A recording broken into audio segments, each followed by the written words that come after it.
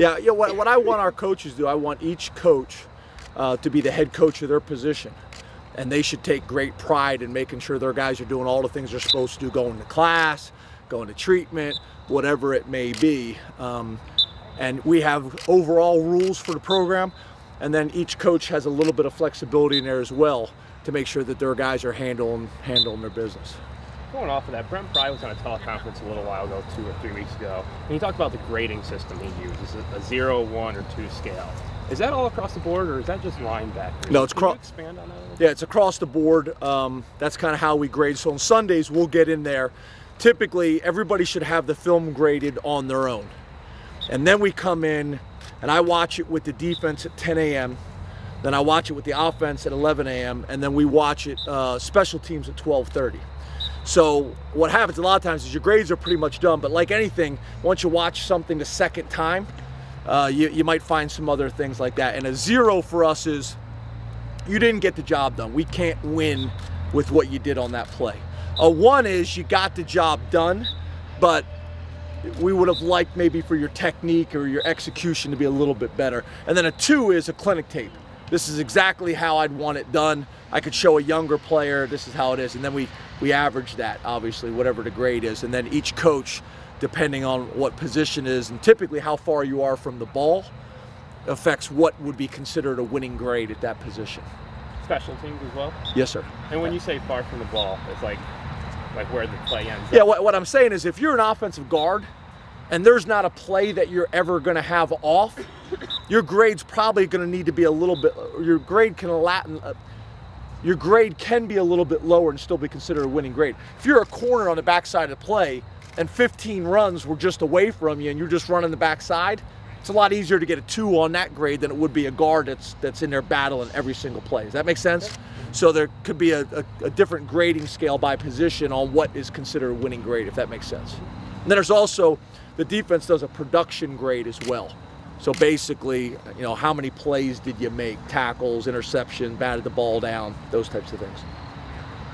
James, you guys are about a third of the way through the season. Where are you conditioning-wise and that sort of thing, given some of the travel challenges and different things that you've had to really deal with? Yeah, I think we're in really good position.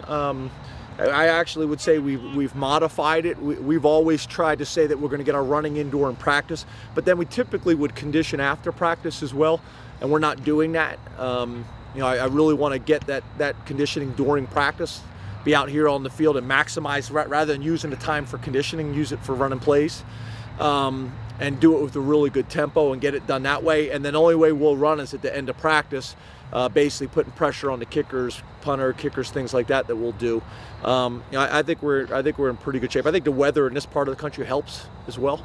Is there a reason that it sounds like you've done things a little differently than in the past? Is there a reason for that? I think it's a combination of things. I think it's a little bit of our numbers and depth, but I would say more than that, to be honest with you. It's just 4 years experience and kind of looking back at some things that I thought we needed to at least evaluate and make some adjustments possibly. You said last week the linemen were hesitant to be the first one to make the call. Have you seen more of that these last couple of weeks out of practice? Coaching seen more of that? How do you think they're doing exactly? Yeah, I think we're making strides there. There's no doubt. I think it's another example of leadership. You know, no different than you know what they're doing in the locker room or on campus or out on Saturday night.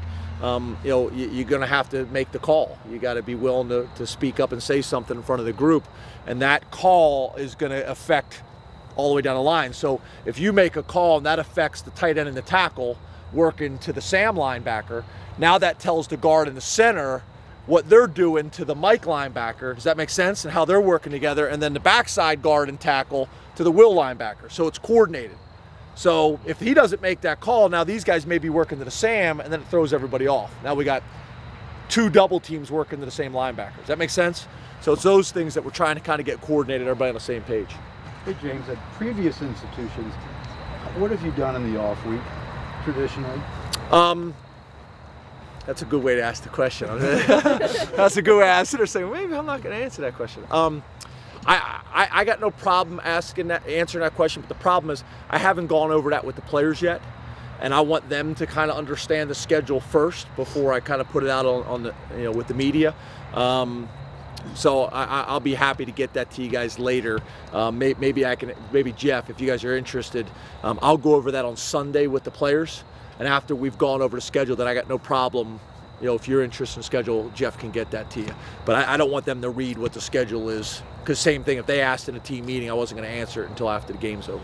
They didn't ask as well as I did, though, did they? No, but it was pretty, yeah, I was sitting there saying that was a good way to ask. I might answer that one. Gino's got almost half of his yards on third down thus far. What do you think it is about his playing style that enables him to get that separation on those plays and maybe kind of have that trust with Christian for him to look for him on those plays where you need big yards? What's funny is I wouldn't necessarily say he gets separation. The thing that he has, he's got really strong hands, and he doesn't go down easy. And he doesn't go down easy, so he's able to drag people for yardage, or a lot of times he's able to break free.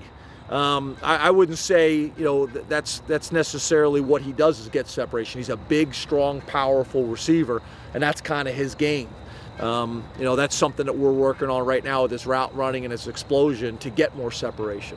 And he said that he has his hands in buckets of rice, kind of doing that to strengthen his hands. Is there anything else you guys do with receivers to kind of help out in that regard to get those? Well, I think Coach Galt does a lot of things in the off season. A lot of people use wraps when they're lifting, and we try to do as much of the stuff without wraps, so you're working on that those hand strengthening and the forearms and things like that.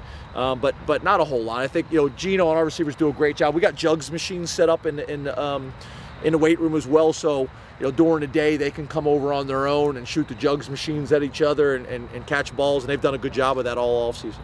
You had mentioned yesterday that Northwestern's offense is a lot about tempo stuff. Do you expect to use more players and because of that, or do you expect to increase reps? I know you talked about that mostly Friday, but just your initial impressions today. Would you expect to use more because of that? No, that's part of the reason why we want to play a bunch of guys all year long, to kind of get our guys used to that and to limit the amount of plays that you're going to be on the field. We did do some tempo periods today to try to help with that. But no, the best way to stop a tempo team is to get 3 and outs and get them off the field. And then those plans can backfire on you, because instead of wearing out the defense, now you're off the field pretty fast, if you're able to create 3 and outs with a tempo team. You said last week when I asked about Deshaun Hamilton that he had an interesting sense of style. Could you kind of elaborate on that a little bit? Have you seen his hair? I've seen the hair, but I didn't know if, He's kind of got a box, but they're kind of like sticking up all over the place on his head. He's kind of his own man, which I appreciate about him. His hair and kind of his dress and style, and he's kind of his own man, which I like. Hey guys, the Hacks cadence, he's been able to draw a couple of encroaching penalties this year. You being a former quarterback, how do you appreciate that? Was your cadence is that? Was your cadence that well when you were at East Stroudsburg? And have you worked with him on that at all, and what makes it so tough? Yeah, I would never put James Franklin as a quarterback and Christian Hackenberg as a quarterback in the same sentence. I didn't do anything as well as he does. I think that's one of those things that I would say that to the average fan, it goes unnoticed, the value in keeping the defense off balance in terms of using different cadences. And the other thing that we do a lot with our cadences is trying to get the defense to show where the pressure may be coming from, is the other reason why we changed to cadence up. Hey James, I'm dominating, but you like that. Besides Urban, coming into the league, did you know any of the other head coaches at all? Have you had a chance, 1 or 2 coaches maybe, get to know any of the guys? Yeah, like a lot of professions, just like your guys' profession, I knew most of them already. Some better than others, but most of the guys, I knew to a degree. Coaches conventions, kind of coming up through the ranks. You got buddies that have worked on their staffs. You got to know them that way. But I've known most of them to some degree. Pat too? Yeah, actually, Pat was a GA at Maryland right before I was there. And then Bob Hefner is their Superbacks coach. Me and Bob were together at the University of Maryland when I was with Ron Vanderlinden. Bob was the offensive coordinator there, so there's a lot of ties. So I've known Fitz for a long time.